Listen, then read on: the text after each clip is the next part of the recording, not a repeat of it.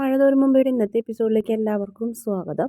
അങ്ങനെ വൈജയന്തിയോട് കാര്യങ്ങളൊക്കെ പറഞ്ഞ് മനസ്സിലാക്കുന്ന ശിവേട്ടൻ അലീനനെ ഇവിടെ കൊണ്ടുവന്നതിൻ്റെ പിന്നിൽ ബാലചന്ദ്രനാണ്. അപ്പോൾ അങ്ങനെയല്ല, ബാലചന്ദ്രൻ ആദ്യമായിട്ടാണ് അലീനനെ കാണുന്നത്, അതും മനുവിനായിട്ട് പോയിരുന്നത്. അപ്പോൾ അതൊക്കെ നിൻ്റെ തോന്നലാണ്, നിന്നെ അവൻ ഭയങ്കരമായിട്ട് ചതിക്കുകയായിരുന്നു, നിന്നെ മാത്രമല്ല നമ്മളെല്ലാവരെയും. അവന് ഏതൊരു സ്ത്രീയിൽ ജനിച്ച മകളാണ് അലീന, അലീന അവൻ്റെ സ്വന്തം മോളെന്ന് പറയും. വൈജയന്തിക്ക് അത് കേൾക്കുമ്പോൾ വല്ലാത്തൊരു ഷോക്കാണ്. അപ്പോൾ ആ സമയത്ത് കമലയും വന്നു പറയും, അതെ വൈജയ്, നിന്നെ അവൻ ചതിക്കുകയായിരുന്നു, അവനെ ഏതൊരു പെണ്ണിൽ ജനിച്ചതെന്ന് അലീന. അന്നേ ഞാൻ പറഞ്ഞില്ലേ, എന്തൊക്കെയോ ഉണ്ട് അവർ തമ്മിൽ ബന്ധം, അല്ലാണ്ടൊന്നും അവൻ ഇങ്ങനെ അവളെ പിടിച്ചു വെച്ചിരിക്കില്ല, എത്ര ആൾക്കാർ ചെന്ന് പ്രശ്നം ഉണ്ടാക്കിയിട്ട് പോലും വിടാത്തത്.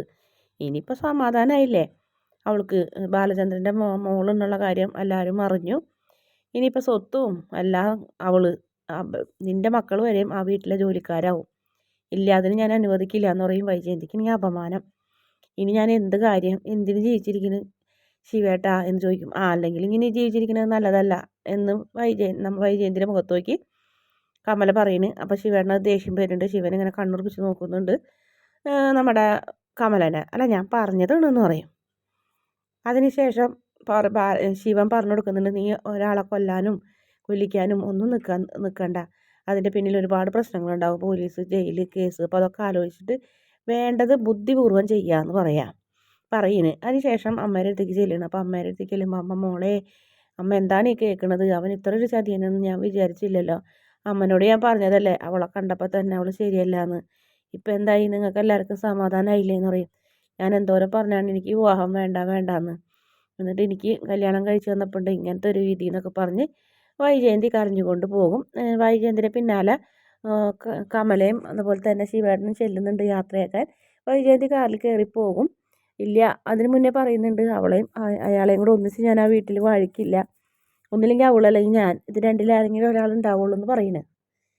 അതിനുശേഷം പോകണ്. അപ്പോൾ മനു ഇങ്ങോട്ട് വരുന്നുണ്ട്. മനു ആൻറ്റി എന്ന് വിളിക്കുന്നുണ്ടെങ്കിലും കേൾക്കാണ്ടാണോ എന്തോന്നറിയില്ല, വൈജയന്തി നേരെ പോകും. മനു കുറച്ച് നേരം കൂടെ കാറിൽ ഇങ്ങനെ ഇരിക്കുന്ന ഒരു ഭാഗമാണ് കാണിക്കുന്നത്. അതിനുശേഷം നമ്മുടെ വൈജയ കാറിലിരുന്ന് ഇങ്ങനെ കരയിന്. ചേട്ടൻ സഹോദരൻ പറഞ്ഞ കാര്യങ്ങളൊക്കെ ആലോചിച്ചിട്ട്, അലീന സ്വന്തം മോളോട് നിന്നെ ചതിക്കായിരുന്നു, അങ്ങനെയുള്ളതൊക്കെ ഇങ്ങനെ ആലോചിച്ച് കാറിലിരുന്ന് കഴിഞ്ഞിട്ട് പൊട്ടിക്കരയിന്. ഭയങ്കര വിഷമം, അവനാൻ ചെയ്ത ചതികളൊക്കെ മറന്നു വെച്ചിട്ട് ഇങ്ങനെ ഇരുന്ന് കണ്ണ് തുടക്കിനിരുന്നിട്ട്. അങ്ങനെ വൈജയന്തി വീട്ടിലെത്തും. ഇരുട്ടാവും, ഒരുപാട് ഇരുട്ടായിട്ടാണ് വീട്ടിലെത്തുമ്പോൾ നമ്മുടെ ബബിതേനി ഡോർ തുറക്കണം. അമ്മ കൊല്ലപ്പള്ളിയിൽ നിന്ന് വന്നിട്ട് ഒരുപാട് നേരമായല്ലോ, അമ്മ എവിടെയായിരുന്നു എന്ന് ചോദിക്കും. ബാലേന്ദ്രൻ എവിടെ ഉണ്ടോയെന്ന് ചോദിക്കും. ഇല്ല, പുറത്തേക്ക് പോയിന്ന് പറയും. രണ്ടുപേരും കൂടിയാണ് പോയതെന്ന് പറയും. അല്ല, അവളും കൂടി ഉണ്ടെന്ന് പറയും. അങ്ങനെ വൈജയന്തി നേരെ അലീനയുടെ മുറിയിലേക്ക് പോകും. ആരുണ്ട് നിൻ്റെ അമ്മ ശരിക്കും എന്ന് പറയും. നിൻ്റെ അച്ഛൻ ആരെന്ന് ചോദിക്കും. എനിക്കറിയില്ല, ഞാൻ അനാഥാലയത്തിലല്ലേ, എനിക്ക് ഓർമ്മ വരുമ്പോൾ ഞാൻ അനാഥാലയത്തിലാണ്, ഒരു വീട്ടിൽ ജനിച്ചാണെങ്കിൽ എനിക്ക് പറയായിരുന്നില്ലേ എന്ന് പറയും. എന്നിട്ട് രണ്ടാളും കൂടെ അഭിനയിക്കായിരുന്നല്ലേ, നീ ബാലചന്ദ്രൻ്റെ സ്വന്തം മോളെന്നുള്ള കാര്യം നിനക്കറിയാടി എന്ന് പറയും. എനിക്കറിയാമെന്ന് പറയും. എനിക്ക് അറപ്പ് തോന്നണ കേട്ടിട്ട് എന്ന് പറയും. അങ്ങനെ അറക്കേണ്ട കാര്യമൊന്നുമില്ല, അവനവൻ്റെ ജീവിതത്തിലേക്ക് അവനൊന്ന് തിരിഞ്ഞു നോക്കിയിട്ടുണ്ടെങ്കിൽ മനസ്സിലാവാവുന്ന കാര്യമുള്ളൂ എന്ന് പറയും അലീനയും. നിനക്ക് സന്തോഷമായില്ലേടി, നിനക്ക് ഇനിയിപ്പോൾ ഈ സ്വത്തുക്കളൊക്കെ കിട്ടില്ലേ, എല്ലാ സ്വത്തുക്കളും ഇനി നിനക്കല്ലേ എന്ന് പറയും. എനിക്കൊരാളുടെ സ്വത്തും വേണ്ട, പണവും വേണ്ട, ഒന്നും വേണ്ട, ഞാനിപ്പോഴും ഈ വീട്ടിൽ പണിയെടുത്തിട്ട് തന്നെയാണ് ജീവിക്കുന്നത്. ഞാൻ അപ്പം കഴിക്കുന്നുണ്ടെങ്കിൽ ഞാൻ പണിയെടുക്കണമെന്നാണ് എൻ്റെ ഒരു നിർബന്ധം എന്ന് പറയും. എനിക്ക് വേണമെങ്കിൽ അച്ഛൻ എന്നെ മോളാക്കിയപ്പോൾ തന്നെ ഈ വീട്ടിലെ കസേരയിൽ കയറിയിരുന്ന് കഴിഞ്ഞിട്ട് എനിക്ക് 3 നേരം ഭക്ഷണം കഴിച്ചിരുന്നാൽ പോരെ, ഞാൻ അങ്ങനെയല്ലല്ലോ ചെയ്യുന്നത്, ഞാൻ ചെയ്യുന്ന ജോലി തന്നെ ചെയ്യുന്നത് എന്ന് പറയുന്നു. അങ്ങനെ രണ്ടാളെയും കൂടെ ഈ വീട്ടിൽ ഞാൻ വാഴിക്കില്ല, നോക്കിക്കോ, ഒന്നില്ലെങ്കിൽ നീ അല്ലെങ്കിൽ ഞാനെന്ന് പറഞ്ഞ് നേരെ വൈജയന്തി മുറിയിലേക്ക് പോകും. പിന്നീട് ബാലചന്ദ്രൻ വരുന്നുണ്ട്. ബാലചന്ദ്രൻ വരുമ്പോൾ അലീനയാണ് വാതിൽ തുറന്നു കൊടുക്കുന്നത്.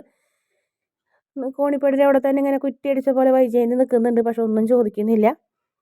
നേരെ ബാലചന്ദ്രൻ മുകളിലേക്ക് പോകും. പിന്നാലെ അലീനയും പോയിട്ട് പറയും, വൈജയന്തി എപ്പോഴാണ് വന്നതെന്ന് ചോദിക്കും. കുറച്ച് നേരമായിട്ടുള്ളൂ വന്നിട്ടെന്ന് പറയും. നിന്നോട് വല്ലതും ചോദിച്ചോ എന്ന് ചോദിക്കും. ചോദിച്ചു, നിൻ്റെ അച്ഛൻ ആരാണെന്ന് ചോദിച്ചു. അപ്പോൾ എന്താ പറഞ്ഞേ? ഞാൻ അച്ഛനാണെന്ന് പറഞ്ഞു എന്ന് പറഞ്ഞു. എന്നിട്ട് എന്താ മറുപടി പറഞ്ഞേന്ന് പറയും. ഒരുപാട് കിടന്ന് പറയണ്ടായിരുന്നു. ഒരു കണക്കിന് എനിക്ക് പാവം തോന്നുന്നുണ്ട്, എല്ലാവരും കൂടെ അതിനിട്ട് വട്ട് കളിപ്പിക്കുകയല്ലേ എന്ന് പറയും. പാവോ, നിനക്കങ്ങനെ തോന്നും, അതിൻ്റെ കാരണം എനിക്കറിയാമെന്ന് പറയും. ഞാൻ അങ്ങനെ ഉദ്ദേശിച്ച് പറഞ്ഞതല്ല അച്ഛാ, അങ്ങോട്ട് ഓടണം അവരോട് ചോദിക്കുന്നു ഇവരോട് ചോദിക്കുന്നു, ഭക്ഷണം കഴിക്കുന്നില്ല, ഉറങ്ങണില്ല എന്നുറപ്പ്, അതൊക്കെ വേണം, അതൊക്കെ അനുഭവിക്കാൻ പോകുന്നതേ ഉള്ളൂ. ഇനിയും 22.5 വർഷം എന്നെ ചതിച്ചു, ആയിക്കോട്ടെ, എന്നിട്ടും അവൾക്ക് എന്തെങ്കിലും അവളുടെ അഹങ്കാരത്തിന് എന്തെങ്കിലും ഒരു കുറവുണ്ടായിട്ടുണ്ടോ? സാധാരണ ഒരു പെണ്ണുണ്ടെങ്കിൽ എന്നെപ്പോലെ ഒരാളെ കിട്ടി എൻ്റെ ഹൃദയമല്ല ഞാൻ അവൾക്ക് കൊടുത്തത്. അതാണ് അവൾ ചവിട്ടി അരയ്ക്കുന്നു ചെയ്തത്.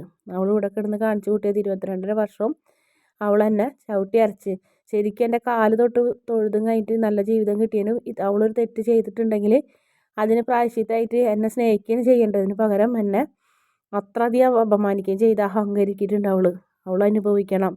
അവൾ അനുഭവിച്ചാൽ പോരാ, ഇതൊന്നും അനുഭവിച്ചാൽ പോരാ എന്ന് പറയുന്നു. അങ്ങനെ അലീന ആകെ വിഷമത്തോടെ നിൽക്കുന്നൊരു ഭാഗത്തോടെയാണ് എപ്പിസോഡ് കഴിയുന്നത്. പിന്നെ കാണിക്കുന്നത് പ്രമോയിൽ വൈജയന്തി ബാലചന്ദ്രനോട് ചോദിക്കാൻ ചെല്ലുന്നു. അപ്പോൾ ബാലചന്ദ്രൻ സമ്മതിക്കിന് അലീന മോളെന്നുള്ള കാര്യം. തീ ചവിട്ടിന് ഞാൻ നിൽക്കണേന്ന് പറയും. ഞാനും അവളും കൂടി ഈ വീട്ടിൽ നിൽക്കില്ല എന്നറിയും. നിന്നോട് പോകാൻ ഞാൻ പറയില്ല, നിനക്ക് ഇഷ്ടമുണ്ടെങ്കിൽ പോകാം, അല്ലെങ്കിൽ പോകണ്ട. പക്ഷേ എൻ്റെ മോളെ ഞാനിവിടെ നിന്ന് പറഞ്ഞയക്കാൻ ഉദ്ദേശിച്ചിട്ടില്ല, ആര് പോയാലും ഇല്ലെങ്കിലും എന്ന് പറയും.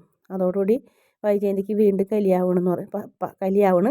അപ്പോൾ ബാലചന്ദ്രൻ ചോദിക്കുന്നു, നിനക്ക് എന്നോട് എന്തെങ്കിലും തുറന്ന് പറയാനുണ്ടോ? ഉണ്ടെങ്കിൽ പറയാം. ഏകദേശം വർഷങ്ങളൊക്കെ നോക്കുമ്പോൾ പലർക്കും പല തെറ്റുകളും സംഭവിച്ചിട്ടുള്ള കാലമുണ്ടെന്നൊക്കെ പറയും. പക്ഷേ വൈജയന്തി പെട്ടെന്ന് നാവിറങ്ങിയ പോലെ ആവും. വേഗം താഴത്തേക്ക് പോകും.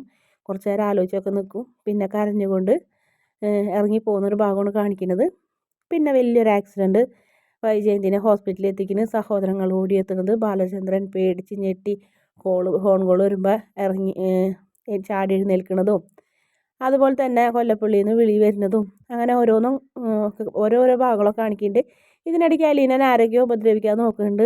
കുപ്പി പൊട്ടിച്ച് അവരുടെ ശരീരത്തിലേക്ക് കുത്തി കയറ്റാൻ നോക്കുന്ന അലീനനെയും കാണിക്കുന്നുണ്ട് പ്രമോയിൽ. വീഡിയോ ഇഷ്ടപ്പെടുകയാണെങ്കിൽ ചാനലൊന്ന് സബ്സ്ക്രൈബ് ചെയ്യണേ.